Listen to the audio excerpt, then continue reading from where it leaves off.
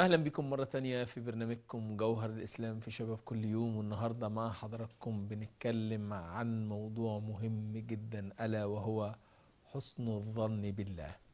الحقيقة لازم يكون عندنا استيعاب وفهم لمعنى حسن الظن بالله، ولازم نكون عارفين إننا لما يكون عندنا حسن ظن بالله بيكون لهذا الأمر أثر عظيم جدا. تفاصيل الموضوع أو تفاصيل فهم حسن الظن بالله هيكون من خلال ضيفي اللي بسعد بوجوده دايما وبيشرفني، الشيخ عبد الرحمن أبو الفتوح من علماء الأزهر والأوقاف. شيخ عبد الرحمن بتشرفني وبتنورني، وأهلا بيك، كل سنة وأنت طيب. حضرتك طيب أستاذ. النهاردة بنتكلم عن حسن الظن بالله. نعم. وهنا هبدأ معاك في البداية، يعني إيه حسن الظن بالله؟ نعم. الحمد لله رب العالمين كما علمنا أن نحمد، وأصلي وأسلم على خير نبينا سيدنا محمد وعلى آله وصحبه وسلم، وبعد. بدء ذي بدء، اسمح لي يعني أتوجه بشكر لحضرتك ولأسرة الإعداد والبرنامج بل والقناة أجمع، من باب من شكر السبب شكر المسبب. هذه لابد منها، يعني من شكر السبب شكر المسبب، وأيضا هذا أصلا من حسن الظن بالله. وده أنا أشكر برضه فريق الإعداد وحضرتك على الموضوع.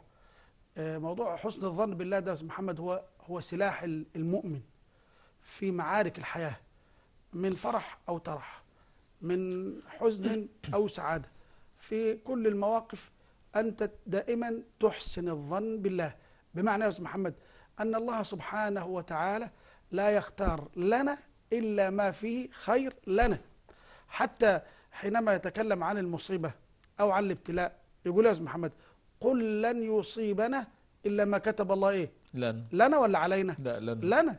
إذن اختيارات ربنا لنا في كل الأمور، في الخير في الشر في كل حاجة. سلاح المؤمن في حسن الظن بالله تجده في القرآن الكريم. شوف سيدنا إبراهيم وزوجته هاجر حينما تركها في الصحراء ورضيعها إسماعيل. شوف حسن الظن بالله يا أستاذ محمد، هي أهم حاجة عايزة تعرف إن ده من اختيارك أنت أم هو من اختيار الله. إذ كان هذا أمر من الله مش هتعترض. شوف أدي الحتة اللي عايز نبروزها يا أستاذ محمد، إن هو إيه؟ اختيارات ربنا، إحنا بنحسن الظن في اختيارات ربنا لينا. بس ده مرتبط بالإيمان يا شيخ عبد الرحمن. لسه هقول لحضرتك هذا سلاح المؤمن وليس سلاح أي حد. كويس. هذا سلاح المؤمن. سلاح. ليه المؤمن ما بيقولوش حالات نفسية، وما بيقولوش حالات اكتئاب، وما بيقولوش مش عارفة ضربات مش عارفة ليه؟ لأنه يثق في المولى عز وجل، يعلم أنه في دار اختبار، يعلم أنه في دار ممر، يعلم. ايوه بس اسمح لي يا شيخ عبد الرحمن، ما هو برضه المؤمن ممكن يزعل، شيء طبيعي. بس هو عنده ثقة في انا عايز اقول لك ده طبيعي، ممكن يعني ممكن يمر ببعض الامور النفسية، يعني الله يبارك ده لك يا استاذ طبيعي محمد برضه. يا ريت. بالعكس، ده انا عايز اقول لك ان المؤمن مش ده هو لابد ان يكون كده. اشد الناس ايه يا استاذ محمد بلاء؟ مين؟ الانبياء، ثم الذين يلونهم، ثم الذين يعني اللي هم ادنى فامثالهم ايوه في ايه يعني. واذا احب الله قوم ايه؟ ابتلاهم. لسه بقول لك ليه ابتلاهم. هو بيمحصك، وليمحص الله الذين امنوا ويمحق الكافرين. الاختبارات ما هي الا تصفيه، ما هي الا اشتباء. يعني ما هو لسه انا بدات ليه بسيدنا ابراهيم. ربنا بيقول لك ان ابراهيم كان ايه يا استاذ محمد؟ كان امه. مر بكل اختبار. المفروض ربنا بيبتلي كل مؤمن اختبار واحد من الاختبارات ديت. قد تختبر في نفسك، قد تختبر في ولدك زي سيدنا ايه؟ زي سيدنا نوح. قد تختبر في زوجتك زي سيدنا لوط. قد تختبر مثلا في اخوانك، قد تختبر في كذا. سيدنا ابراهيم اختبر في ده كله. اختبر في نفسه فما ظن به عن المولى عز وجل حينما القي به في النار. ملك الجبال، ملك الرياح، ملك كده يقول خلينا في الراجع، يقول حسبي الله ونعم الوكيل. يعني انا لا ارجو من احد مساعده، انما مساعدتي من المولى عز وجل. وبرضه ده يا استاذ محمد لا يتنافى تماما مع الاخذ بالاسباب. انا قلت لحضرتك قبل كده يا استاذ محمد، الاخذ بالاسباب واجب، ترك الاخذ بالاسباب معصيه. تمام. بص بقى عادل، بس والاعتماد عليها شرك. في جزئيه بس خلينا ناكد اتفضل عليها. حضرتك. حسن الظن هنا نعم. معناه الثقه في الله. صح. بالظبط كده. يعني ان انا اكون واثق ان ربنا هيكون يعني الموقف اللي انا فيه الوحش ده ليه؟ هو ربنا كاتبه لي بس هيعديني منه. وهو ليا مما لا شك فيه ليا. تمام. واخد بالك انت؟ انا بقول لحضرتك كان راجل واذا كان بعض مشايخنا كل ما يخش له استاذ محمد ليه مبتسم، فقال له يا عم انت ما تقول لي على النوع اللي انت بتاخده ده، يعني لا مؤاخذه هو معتمد على المشروبات. ما في الناس بتفر ليه للمخدرات وليه والحاجات دي يا استاذ محمد، ظنا منها انك انت ديت بتحل تخليك الف مود غير المود اللي انت فيه. لا، هو المؤمن المود اللي هو اللي عامل له السعاده تماما، الثقه في الله وحسن الظن بالله. فبيقول له قال له ولا باخد اي حاجه ولا بشرب اي حاجه. قال له امال ايه؟ قال له حديث، شوف يا استاذ محمد، حديث قراته عن النبي صلى الله عليه وسلم فحفظته فعملت به. قال له ايه؟ عجبا لامر المؤمن يا استاذ محمد، عجبا لامر المؤمن ان امره كله خير، ان اصابته سراء شكر فكان خيرا له، وان اصابته ضراء صبر فكان خيرا له، وليس هذا الا لمؤمن. ارى ان حياه الانسان هل تخرج بالاثنين دول يا استاذ محمد؟ لا، يا اما سراء يا اما ضراء، يا اما كذا يا اما صح ولا مش صح؟ يا اما خير يا اما شر. ما هم مش هيخرج على الاثنين دول. ادي حاجه. بس الحديث هنا برضو يعني خليني اقف عنده اللحظه. نعم. ان اصابه خير شكر. نعم. فيما معنى الحديث. ايوه صحيح. واذا اصابه شر صبر. صحيح. والاثنين من الايمان. الشكر والصبر كلاهما صح. ما هو خد بالك احنا قلنا ايه؟ سلاح يا استاذ محمد، اكرر تاني على حضرتك، سلاح المؤمن حسن الظن بالله. سلاح المؤمن حسن الظن بالله. هو لو واحد دلوقتي كان يقول له ايه يعني، لو سيدنا ابراهيم ده رسول، لو سيدنا ابراهيم ده خليل الرحمن، يترمي بيه في النار؟ اللي ما يعرفش يقول كده صح يا استاذ محمد؟ اللي ما يعرفش يقول لك ايه ده؟ الراجل اللي بيصلي هو اللي تخبط العربيه، الراجل اللي بيزكي هو اللي مش عارف ايه. هو انت ده حكمك، ده نظرتك الدنيويه. الله يبارك لك. تمام. لكن الراجل واثق مليون في المية ان هو له وليس ايه؟ عليه. وليس عليه. ان واثق، ما ده حسن الظن بالله. حسن الظن بالله انك انت تثق تماما ان هذا الامر قل لن يصيبنا الا ما كتب الله لنا. وربنا قال لك عشان ايه؟ لا تفرح لكي لا تفرحوا بما اتوا ولا تأسوا على ما فاتكم. لا دي ولا دي. لا تفرح، ما هو الفرح برضه ساعات يوديك في ده، زي قارون ما فرح وقال لك كده، فقال لهم لا خد حاسب، المال مالي وليس مال الله. هو كان ربنا اشتغل؟ هو كان ربنا تاجر؟ هو كان ربنا زرع؟ مين اللي زرع؟ انت. مين اللي تاجر؟ انا. يبقى المال بتاع مين يا عم؟ المال بتاعنا. نعم. هذا الفرح ده يوديك في داهيه تاني، سواء بالمال او بالملك. نعم. فرعون قال لهم لا حاسب، الملك ملكي والانهار تجري من تحتي. يبقى بتاعت، ما تقوليش بقى ربنا بقى. امال ايه يا عم؟ لا ده بتاعتني. فاجراها الله من فوقه. وقارون فخسفنا به وبداره الارض. خد بالك. وبعدين برضه في احيانا الناس بتفتن في الموضوع ده يا استاذ محمد، يقولوا طب يا عم الشيخ انت كل شويه تقول لنا في الجوامع ايش قارون؟ ايش فرعون؟ طب انا اعرف واحد تاجر مخدرات يا استاذ محمد، ما بيقولش صداع عندي، ما بيقولش صداع. يا حبيبي الفاضل افهمني، احنا في دار عمل وليس دار حساب. دار الحساب فين يا استاذ محمد؟ هناك. لا، هو البعض ممكن يكونوا بيستغربوا، بس دي حكمة ربنا. لا بيستغربوا. ايوه. ان واحد مثلا يكون ماشي كله ماشي عدم خير، ماشي شر، وتلاقي مثلا عنده فلوس كتيرة والفلوس بتخش له كتير جدا، فالناس تستغرب. يعني اللي يعمل الحاجات الوحشة دي يخش له فلوس كتيرة، هم مش عارفين حكمة ربنا في الموضوع ده. نعم. ربنا له حكمة. نعم. ربنا لما الشخص بيبقى الدنيا بالنسبة له هو ماشي فيها بشكل لا يرضي الله، ربنا بيقول له زود، ما انت نعم. حسابك عندي في الآخرة. صحيح. صح؟ اهو كده. ان الله يملي للظالم حتى اذا اخذه لم يفلت. ده كده ايه؟ ده على فكرة ده لو ربنا اصابك يبقى انت فيك حاجة كويسة، عشان عايز يصحيك. صح. عايز يوقظك. طب شيخ عبد الرحمن معلش. نعم. الإيقاظ أيوة. من الخطأ أيا كان، هل له اشكال؟ طبعا. ايه هي؟ 3 حاجات. اللي هم انت ودي ربنا في واحد يرجع اسمه محمد بالنصيحه، بالكلمه الطيبه، بالدعوه، زي ما احنا بنتكلم، ده سلاح. كويس. احيانا واحد يسمع زي سيدنا عمر بن الخطاب، طه ما انزلنا عليك القران لتشقى، قلبت سيدنا عمر بن الخطاب اللي كان من كافر لمسلم. شوف مش عارف يقول لك 180 درجه ولا 390 ايه، صح ولا مش صح؟ في واحد تاني ما يرجعش بالايه، ما يرجعش بالحكمه، ما يرجعش بالموعظه، ما يرجعش بالنصيحه، لانه هتجادله هيجادلك، هتكلمه هيكلمك، كويس، ويقول لك وتغلبنه تعالى لي، تمام، تعالى لي. تمام. في واحد تاني يرجع بايه؟ بالبلاء. بالبلاء. مره واحد كان بلطجي، تعالى صلي، مش قال. فمره جايبينه بكرسي، مش عارف ده كان في خناقه، رجلين 2 اتقطعوا. فالراجل ده رجليه مش هيخش ابدا، انما عم تقطع رجليه حصل ايه؟ دخل. في ناس كده، في ناس ما يجيبهاش. طيب هل في ناس، ده في ناس تجيبها النعمه بقى يا استاذ محمد.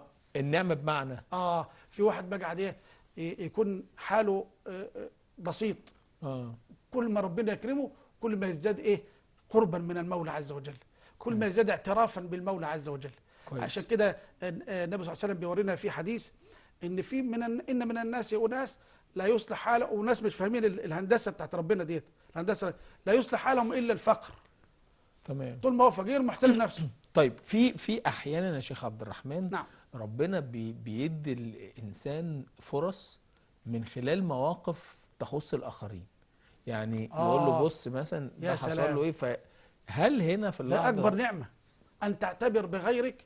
هو يعني يجيب الحاجه في اللي قدامك. مش مره سيدنا علي مش معدي على واحد عمال يعيط يا استاذ محمد على قبر، قال له مين ده يا ابني؟ قال له صديقي، صاحبي، حبيبي اللي ما كانش بيسيبني. قال له ترى لو ان صاحبك ده كتب الله له الرجوع يعمل ايه؟ قال له كانش يسيبه فرض، ما كانش يسيبه. قال له ان لم يكن هو فلتكن انت. هو مش هيرجع تاني، بس انت هترجع. انت راح تدفن واحد انت قدامك لسه فرصه، هو الكتاب بتاعه اغلق، نعم، والصفحه بتاعته خلاص طويت، نعم. المفروض انت يا استاذ محمد انت اللي راجع بقى، كمل انت بقى، خد نصيحه بده. اللي كان عايش معايا وبياكل معايا وبيشرب معايا وله امال زي ما ليه امال، وليه اهداف زي ما ليه اهداف، ما بين عشيه وضحاها صار تحت التراب وانا فوق التراب. انا لا محاله هصير زي ما هو صار. طيب يبقى اعمل ايه بقى؟ ارجع بقى احسن. ادي يا استاذ محمد انك تعتبر بغيرك، تاخد النصيحه من غيرك. ان واحد ما كانش بيملى عينه حد في الدنيا، النهارده مش عارف يرفع كوبايه الميه على بقه، فاقول انا احسن من ده في زي ما كان في واحد شيخ معديه عربيه حاجه، فاقول ايه يا عم الشيخ، واحنا كنا فين لما ربنا وزع المرسيدس والعربيات الفخمه دي؟ كنا فين احنا يعني؟ راح واخده من ايده ووداه المستشفى، لقى اللي عنده سرطان واللي عنده كلى واللي عنده بيغسل. قال له انت كنت فين لما ربنا وزع المرض ده على دولت؟ شفت بقى قعد. ما انت ما بتبصش بس للحاجه الحلوه بس. طب بص كمان الحاجه الوحشه وقول الحمد لله. ولذلك قال لك ان اكبر هو كل حاجه اكبر. انت عشان كده وان تعدوا نعمه الله لا تحصوها. انت احيانا درسك بسيط ما حاجه ما ينومكش الليل. صح. وزي ما واحد ما مسكه عالم برضه من العلماء وقال لي يا عم مش عايز حاجه انت نديك عطاء ولا حاجه؟ قال لي عطاء ايه؟ يعني انت عايز اسالك من ايه؟ قال له من الدنيا ام من الاخره؟ قال له من الاخره مش بتاعتي، من الدنيا. قال له ولا الدنيا بتاعتك، انا لم اسال الدنيا ممن يملكها افاساله ممن لا يملكها. قال له طب يعني قال له حب يعرفه بقى، قال له ترى ايها الامير لو ان الله حبس عليك بولتك، البول بكم تفتديه عشان ترجع تخش الحمام تاني؟ قال له بنصف ملكي، مش بنصف مالي، ملكي. عند اللي يفهم، هو راجل بيفهم. قال له ترى لو ان عاد جالك الحكايه السيلان عمال تعملها على نفسك، وده امراض برضه بيصاب بها الكبير قبل الصغير، بكم تفتديه؟ قال بنصف ملكي. قال له لا بارك الله في ملك لا يساوي حبسه بول من مجراه، يعني من حبستها من شخير. ايه دي؟ لا يساوي شيء. فالانسان في نعمه يا استاذ محمد انك تعتبر بغيرك، دي اكبر من يعني اكبر النصائح اللي تيجي للانسان. كويس. حسن الظن بالله احنا قلنا مرتبط بالايمان. نعم. كويس. بنص القران. تمام. انا ازاي انمي الايمان عندي عشان يكون عندي حسن الظن بالله؟ بالقرب من المولى عز وجل. ازاي؟ صلى على سيدنا النبي عليه الصلاه قال والسلام. لك بما اننا كمان خلاص الايام المباركه بتقرب، كل سنه وطيب ويعني بخير ومصر جميعا بخير، ويعني شهر رمضان يعني قدامه، اللهم بلغنا رمضان. يعني باذن الله كده يعني نقول عدد من الايام هتعدي بسرعه جدا، او اسابيع قليله. اللهم بلغنا واخد رمضان. بال حضرتك؟ فاحنا ازاي نستعد؟ بص يا استاذ محمد، انا على فكره قلت لك ايه اللي يدل ان الحسن الظن من الايمان. سيدنا يعقوب لما قال لاولاده، قال له يا بني اذهبوا فتحسسوا من يوسف واخيه ولا تيأسوا من روح الله انه لا يئس من روح الله الا القوم الكافرون. اذا سوء الظن ده من بعدك عن ربنا، من نعم. كفرك بربنا. نعم. فانت بناء عليه بتسيء الظن. انما حسن الظن انما دائما ياتي بالايمان. والايمان على فكره يا استاذ محمد العلماء يقول لك عامل زي الترمومتر، اياك تفكر ان هو بيقف عند درجه معينه، يا اما يزيد يا اما ينقص. طب بيزيد بايه وبينقص بايه؟ قال لك يزيد بالطاعه ويقل بالمعصيه. يبقى انا ما عايز انمي حسن الظن عندي بايه يا استاذ محمد؟ بالطاعه. فالطاعه تجيب طاعه والمعصيه تجيب معصيه. نعم. اديك شفت انت حضرتك، اللهم بلغنا رمضان يا رب جميعا. النهارده صمت، تبص تلاقي نفسي حج يا استاذ محمد. ما هو الطاعه بتجيب طاعه. انا صمت، بقول لك ايه، انا عايز اعتكف العشر الاواخر يعني. بقول لك يا استاذ محمد انا عملت فالطاعه تجيب ايه؟ طاعه. انما والمعصيه تجيب معصيه. نعم. يعني انا ارتشيت جبت شقه، اقول لك ايه، طب اسرق السرقه زي واجيب الفيلا. جاب الفيلا، طيب معصيه تجيب معصيه. ما معصيه بتجيب معصيه. النهارده كان ما قال لك اللي يسرق 1000 يسرق ايه؟ مليون. ما عارفه. عشان كده ربنا قال لك ولا تتبعوا خطوات الشيطان. اذا الايمان يزيد بالطاعه ويقل بالمعصيه. لا يقف الايمان، ما يوقفش في حته معينه ابدا. وعندما يزداد الايمان لا يزيد لا يقل. وعندما يزداد الايمان يزداد حسن ظنك بالله. نعم. طيب انا هستأذنك واستأذن الساده المشاهدين، هنطلع لفاصل وبعد الفاصل مع حضراتكم بمشيئة الله هنتواصل. اهلا بكم مرة تانية في برنامجكم جوهر الاسلام في شباب كل يوم، وبعود لضيف اللي بيشرف النهارده في الاستوديو الشيخ عبد الرحمن ابو الفتوح من علماء الازهر والاوقاف. شيخ عبد الرحمن، احنا قلنا علشان ننمي عندنا الايمان نعم وحسن الظن بالله ان نعم. احنا لازم نفعل ما يرضي الله، وكل خطوة احنا بنعملها بنزودها. صحيح. صح؟ صحيح. هل انت عارف حضرتك زي ما بنقول لك الصاحب ساحب. صحيح. فهل وانا بمشي في خطوات الخير انا محتاج اغير الناس؟ لا لازم. محتاج اعيد اختياري للناس مرة اخرى ولا لا؟ الراجل اللي قتل 100 نفس يا محمد او 99 في الاول في بيئة لا وصحبة لا تدلك الا على الشر. وقتل 99. دلونا على اعلم اهل الارض فدلوه على راهب. ودايما بقول يا جماعه ما تروحش تستفتي اللي انت شايفه في المسجد 5، لا، الفتوى حاجه والعباده حاجه. نعم. ده حاجه وده حاجه. نعم. واخد بالك؟ فدلوه على راهب. قال له قتل 99 له توبه؟ قال له توبه مين يا عم؟ روح شوف لك موته قبل الموت ما يغلي. قال له موته، اشوف له موته. راح قتله كمل ال100. بس برضه الانسان بيحب ايه؟ يرجع يتوب. بالذات ما يكون ربنا فقال له دلونا على فدل على عالم. قال له قتل 100 نفس هل له من توبه؟ قال له وما الذي يحول بينه وبين التوبه؟ قال له ابوسك. طب اعمل ايه؟ قال له بس انا واخد بالك، اترك البيئه اللي انت فيها ديت وروح بيئه اللي انت قلت. شوف يا استاذ محمد، الاخلاء يومئذ بعضهم لبعض عدو الا مين؟ المتقين. والعصر ان الانسان لفي خسر. مين الا مين؟ الا الذين امنوا وعملوا صالحات وتواصوا بالحق وتواصوا بالصبر. لابد يكون عندي صحبه تأمرني للخير، استبدل صحبه الشر الى صحبه الخير. ما صحبه الشر مش هتيجي منها يعني خير ابدا. لازم هيصحى كده. فبالتالي الراجل ايه؟ ولذلك ايه في الحديث القدسي يقول لك ايه؟ انا عند حسن ظن عبدي بي. هذا العمده في حسن الظن بالله، هذا الحديث القدسي. فليظن عبدي بي ما يشاء او ما شاء. انت في واحد ما يثقش ان ربنا يقدر يجيب له 5 ترغيف، ايمانه كده. وفي واحد تاني في بطن الحوت، في بطن المحيط، في ظلمة الليل، ولجأ لمين يا استاذ محمد؟ لله. كل واحد كده. في واحد علاقته بقول لك ما يثقش ان ربنا يجيب له 5 ترغيف. واحنا الانتحار النهارده بيحصل ليه؟ اترفض من شغله، اسودت الدنيا في وشه، اتفشكلت الخطوبه بتاعته، موت نفسي، بقيت موت نفسي، مش عارفه الواد حصل له ايه؟ ضيق. صح يا أستاذ محمد؟ ايمانه كده. بقول لك واحد تاني بص، ده في بطن حوت، ده انت خلاص موت محقق يا أستاذ محمد، موت محقق. بس ولكن ايه؟ فنادى في الظلمات، ادي حسن الظن بالله، ان لا اله الا انت سبحانك. يعني برضه انت عارف ان ربنا يقدر ينجيك، عارف ان ربنا.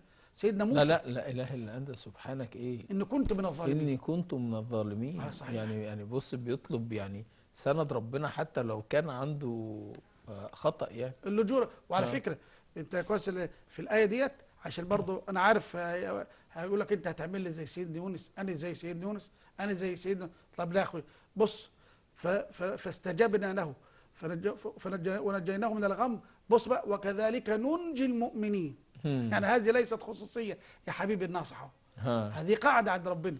نعم. يعني مش يعني ربنا مش بيستجيب للانبياء بس. طيب المؤمنين، أيوة. انا جاي لك، بس أيوة. لا انا جاي لك في حاجه تانية. المؤمنين اللي هم بيصلوا، ولا لان في البعض يقول لك ايه، انا مؤمن بربنا ايوه بس انا مقصر في الصلاه، فاللي هم بيصلوا يعني لازم يكون بيصلي المؤمن، بس على فكره ولا مش شرط؟ انت لازم لازم انا وانت واي واحد يعدي النقطه دي.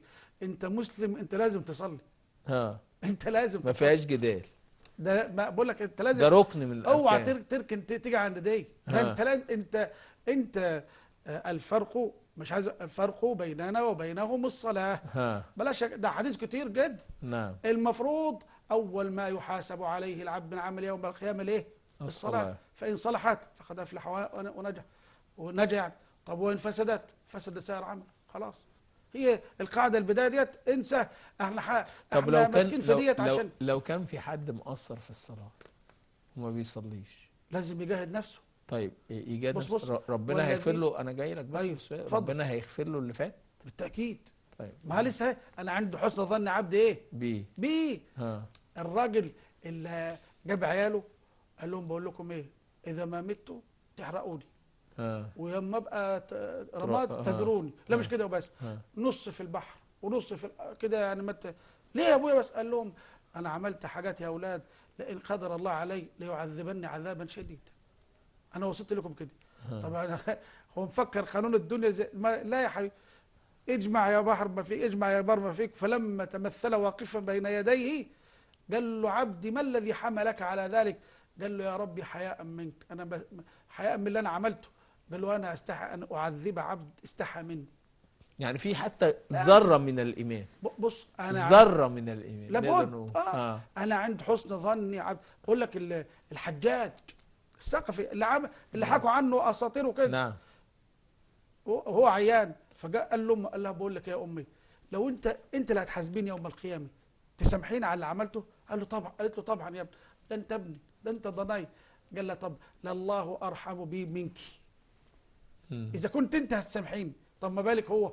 وده حسن ظن بالله. نعم. ولذلك بص يا استاذ محمد، احنا عندنا في اثناء الحياه انت بين حاجتين: مخافه ربنا طول شبابك وطول حياتك، وعند المرحله الاخيره ان يكون عندك حسن ظن بالمولى عز وجل ان الله سبحانه وتعالى سيغفر لك، وان الله سبحانه وتعالى سيرحمك، وان الله سبحانه وتعالى ارحم عليك من امك وابوك ومن الدنيا اجمعين. خلينا نروح لفكره الاعتراض.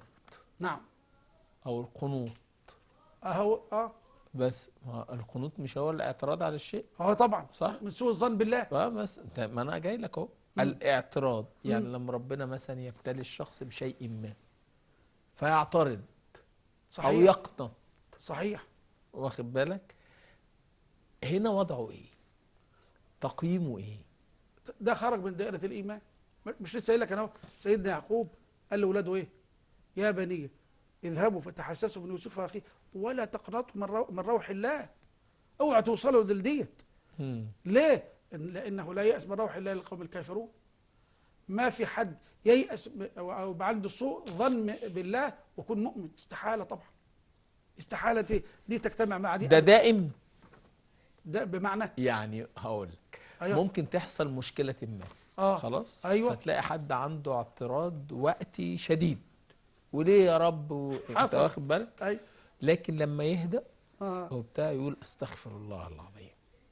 كويس. اه في حد تاني، ما ده اللي انا بكلمك فيه بقى، اللي هو دائم بقى، دائما مستمر. اه هل الكلام طبعا. اللي حضرتك لا بتقوله هل يستوي. هو الدائم لا يستوي. ولا المؤقت؟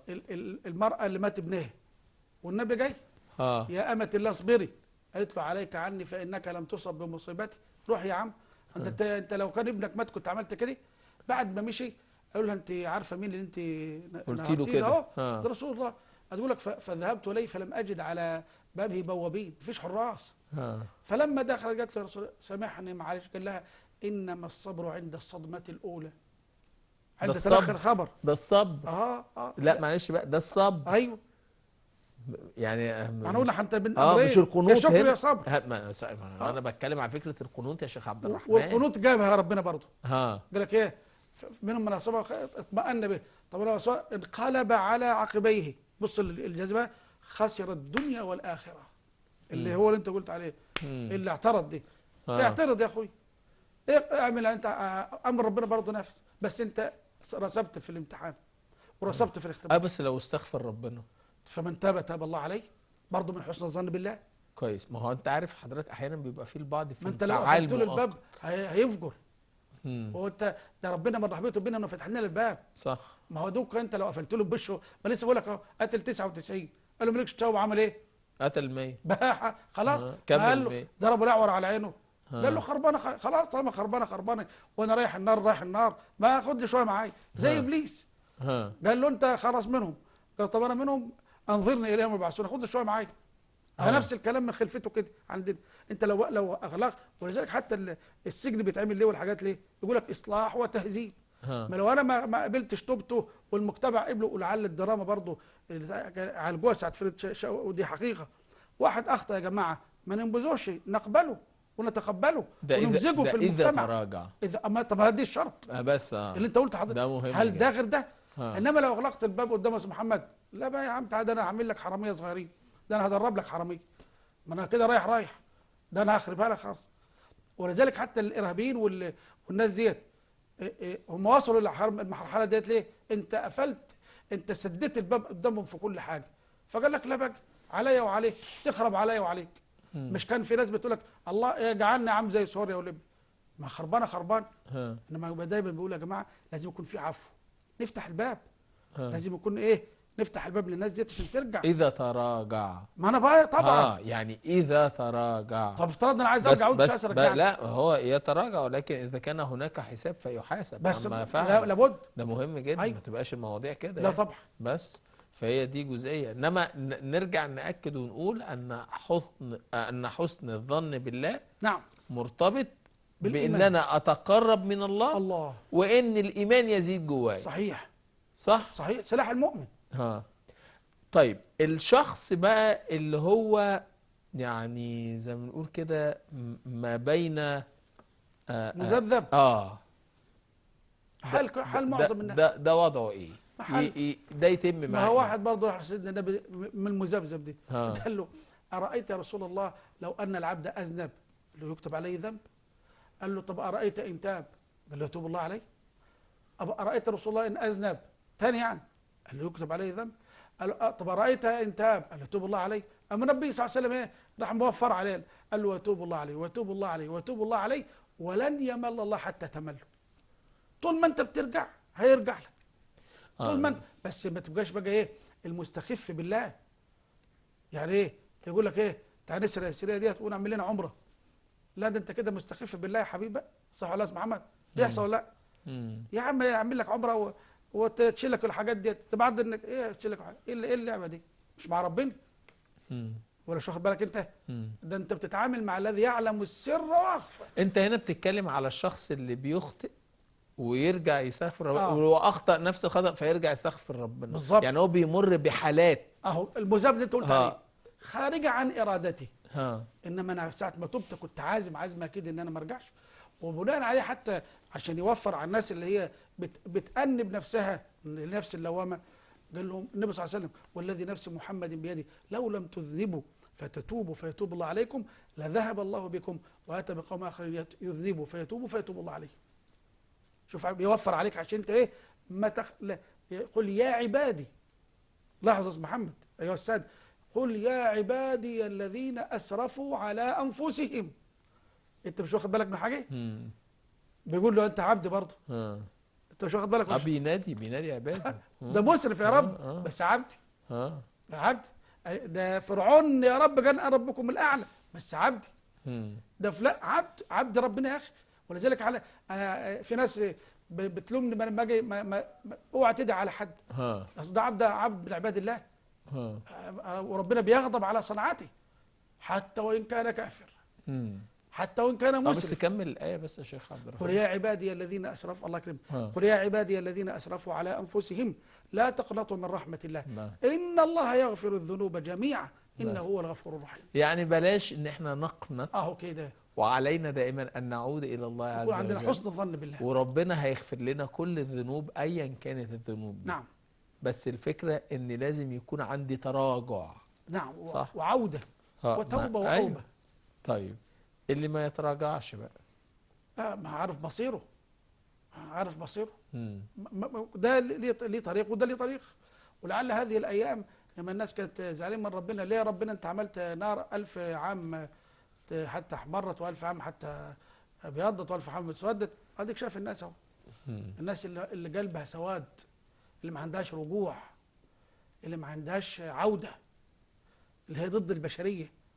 انا مش لازم اسمي يعني. لا انت بتتكلم على الاحداث اللي هتتم في فلسطين. شايف انت طبعا ده بشر. طبعا دولت بشر دولت. هل دولت عندهم ذره يا اخي؟ قال لك لا يشترط انك تكون انت يا فلسطيني عشان تؤيد او تعارض. كن انسان يا اخي. نعم. كن انسان. اي انسان هيغضب هيزعل، لكن عشان ما يلوموش على ربنا بقى يقول لك ايه انت يا رب هتدخلهم النار ليه؟ اديك انت شفته. ربنا وراك نوعيه من البشر مش تستحق نار تلظى ولا نار اوقد الله عليها 1000 عام. لا ده يستحق، وربنا اعلم بثوابهم وعقابهم.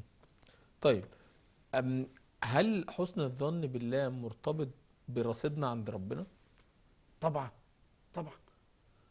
انت لسه جاي لك اهو، في واحد ايمانه يجيب 5000، في واحد ايمانه يفتح طريق في بحر زي سيدنا موسى. فلما تراءى الجمعان قال اصحاب موسى انا لمدركون. ايمانهم كده يا استاذ محمد. ما هو فرعون وراهم والبحر فين؟ بمناسبه هم برضه بني اسرائيل دول والبحر ايه؟ قدامهم. ده بيقول لك اول واحد من جنود فرعون لو مد ايده يتلفى اخر واحد من اتباع سيدنا موسى. لكن سيدنا موسى بقى عاد اللي انت قلت عليه رصيد كبير عند ربنا، قال لهم كلا. كلا ازاي يا عم؟ كلا بتاعتني اللي انا مجرد انا عارف رصيدها عند ربنا ايه؟ كبير. فقال له ربنا قال له كده كلا خذ نضرب بعصاك البحر فانفلق فكان كالطود العظيم. اذا ايه اللي عنده رصيد؟ اللي عنده ايمان شديد وايمان شديد ربنا بييسر له الامور وقتي. بقول لك يجعل لك في البحر طريق. طيب بس في احيانا تلاقي ربنا بيتاخر في فك الازمه للشخص. ايه السبب؟ ذاك لان الله يعلم ونحن لا نعلم. انا دايما حتى ولا ممكن يكون اختبار برضه بتاعت ربنا. بص كل حاجه عند ربنا بحكمه وحكمه شديده. احنا مش لسه قايل لك انت عشان تحكم على ربنا يا استاذ محمد لابد ان يكون عندك علم كعلم الله. هل حد عنده علم كعلم الله؟ لا طبعا. يبقى ما تحكمش على ربنا. طيب احنا الوقت خلص فعايزين نختم بدعاء. نعم. يلا. اللهم لك الحمد كما ينبغي لجلال وجهك وعظيم سلطانك. اللهم صل على سيدنا محمد في الأولين وصل على سيدنا محمد في الآخرين وصل على سيدنا محمد في الملأ الأعلى إلى يوم الدين. اللهم بلغنا رمضان. اللهم بلغنا رمضان هذا العام وكل عام يا واحد يا ديان. اللهم فرج كرب كل مكروب، واكشف هم كل مهموم، وسد دين كل مديون. اللهم اشف كل مريض، وعافي كل مبتلى، وارحم كل ميت، وتب على كل عاصي يا كريم. وآخر دعوانا الحمد لله رب العالمين. الشيخ عبد الرحمن أبو الفتوح من علماء الأزهر حبيبي والأوقاف، شرفتني ونورتني، ربنا وبسعد يكرمك. بوجودك معايا دايما يا شيخ عبد حبيبي الرحمن. ربنا يسعدك دنيا واخره يا أستاذ محمد يا رب. اللهم آمين. انت والجميع. اللهم آمين. في نهاية اللقاء أحسنوا الظن بالله، وتأكدوا أن الله سبحانه وتعالى سيكون سندا لكم. انتظرونا في حلقات قادمة من برنامجكم جوهر الإسلام في شباب كل يوم، وبقول لكل السادة المشاهدين السلام عليكم.